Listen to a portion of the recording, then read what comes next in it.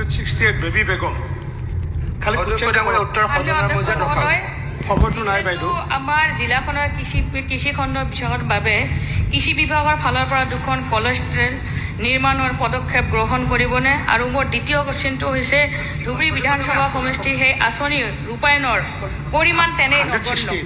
গতিকে মন্ত্ৰী মহোদয়ৰ পৰা মই জানিব বিচাৰিছোঁ যে সীমাৱৰ্তী ধুবুৰী সমষ্টিখনত মন্ত্ৰী ডাঙৰীয়ে জানিব বিচাৰিছে প্ৰথমটো কি আছিল জানিব ক'লে মই বুজি নাপালোঁ। মোৰ প্ৰথম কুৱেশ্যনটো আছিলে যিটো কুৱেশ্যনৰ এনচাৰবিলাক তেনেদৰে দিয়া নাই কাৰণে মই এইটোত আহিছোঁ।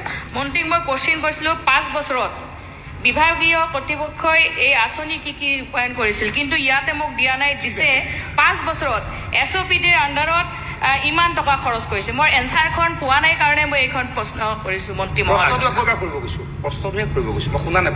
প্ৰশ্নটো হৈছে আমাৰ ধুবুৰী সমষ্টিত এইবাৰ কৃষি বিভাগৰ পৰা এখন হিমঘৰ মানে কলেষ্ট্ৰল নিৰ্মাণৰ পদক্ষেপ গ্ৰহণ কৰিবনে? এইটো আৰু 2 নম্বৰত হৈছে যিমানখিনি আঁচনি ৰূপায়ণ হয় কৃষি বিভাগৰ পৰা একদম নগণ্য ধুবুৰী সমষ্টিত কিয় হয়, সেইকাৰণে মই মন্ত্ৰী মহোদয়ৰ পৰা জানিব বিচাৰিছোঁ। অধ্যক্ষ ডাঙৰীয়া, সমগ্ৰ অসমত যি মই কুৱেশ্যনটো চাই আছিলোঁ, সমগ্ৰ অসমত যি আঁচনি হৈছে ধুবুৰীতো গৈছে। তেখেতে অলপ আগত যে ক'লে ধুবুৰীত ক'তো হেৰি হোৱা নাই, মাখানা খেতি হোৱা নাই।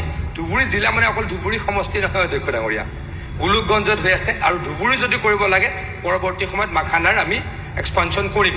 অধ্যক্ষ ডাঙৰীয়া, তেখেতে যিটো কোল্ড ষ্ট'ৰেজৰ কথা কৈছে পুঁজি সাপেক্ষে ব্যৱস্থা কৰা হ'ব।